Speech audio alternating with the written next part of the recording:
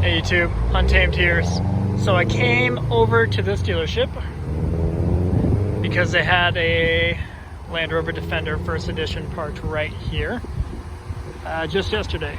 But when I came here today, it has since been sold. So really I wanted to come check it out. As you guys know, I was pretty excited about that last one. So I wanted to get my hands on a First Edition, just kind of get a good look at those as it looked awesome. So I was still figured I would take advantage of the opportunity because they got a few pretty cool cars here. We got a Prowler. I keep hitting that same thing. And M4 here, which is great. In 2018, they updated the headlights, as you can see. And if you guys recall, my M3 that I had the updated headlights as well. Kind of more of a hexagonal shape, if you will, rather than just the circle inside there. So definitely a gorgeous looking car. Personally, I'm a fan of the wide look. The M3, if you recall, even has a wider kick out on the rear fender, which I really like. But still, even the M4, they have quite the presence on them. Not to mention the little hood bump, right? So I forget what they call it, the power bulge, or I forget what it was on the original E92 M3. And this one does have that carbon fiber roof. But best for last over here, have this beautiful GT3RS, and this is absolutely stunning. I am always blown away at just how wide these cars are in person. It is unreal. And I'll tell you what, my wife, she could tell you, and she got to the point where she was so tired of hearing me talk about Porsches, or Porsche, however you want to say it. I think Porsche is technically correct. She got so tired of me talking about them. When we lived in Italy, I was just always geeking out about them. But honestly, mainly the quote-unquote classic, the air-cooled versions of the 911s is what I was after originally. But of course, every time I saw a GT3, specifically a GT3RS, I was always pretty giddy about it, like a kid in a candy store. So let me just do a full-up walk around. Yeah, don't mind the Tesla.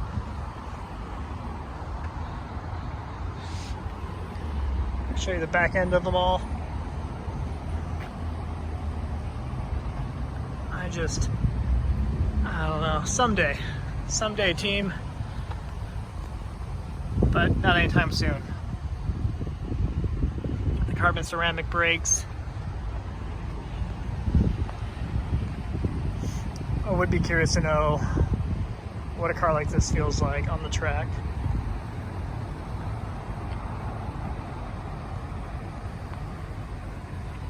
Look at that.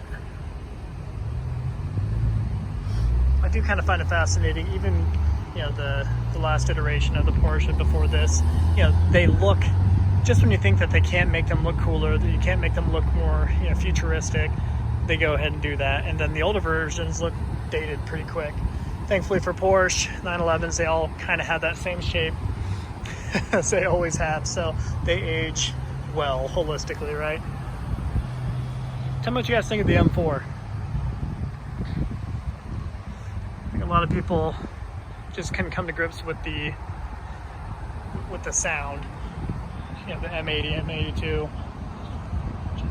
Especially compared to the E92, which had that glorious V8, the high revving V8. So it was hard to kind of transition from that to this, even though, in and out, this is equally, if not even more stunning. Of course, that is opinion based. I'll show you the close-up of the wheels too. So we do not have the carbon ceramics on this one. That is an option.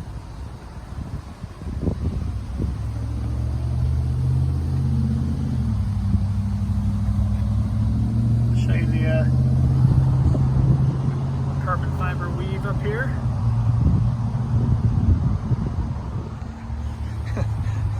Look at this. So, tell you what, this is a gorgeous vehicle. However, right when you sit inside of it, you are quickly reminded that you are sitting in a 2000 Prowler, Plymouth Prowler.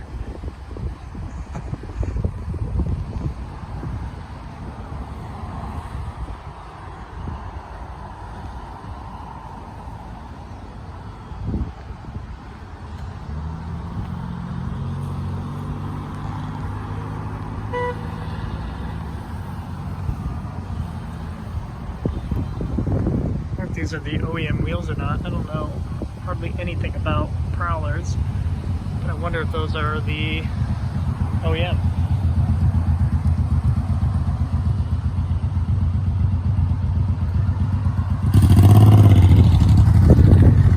Look at this. I mean, this really was a design marvel way ahead of its time for sure.